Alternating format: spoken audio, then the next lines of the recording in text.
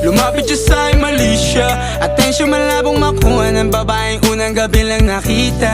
At di ko kilala si Tisha, mas lalo naman si Felicia. Itigil mo yung paghihinala mong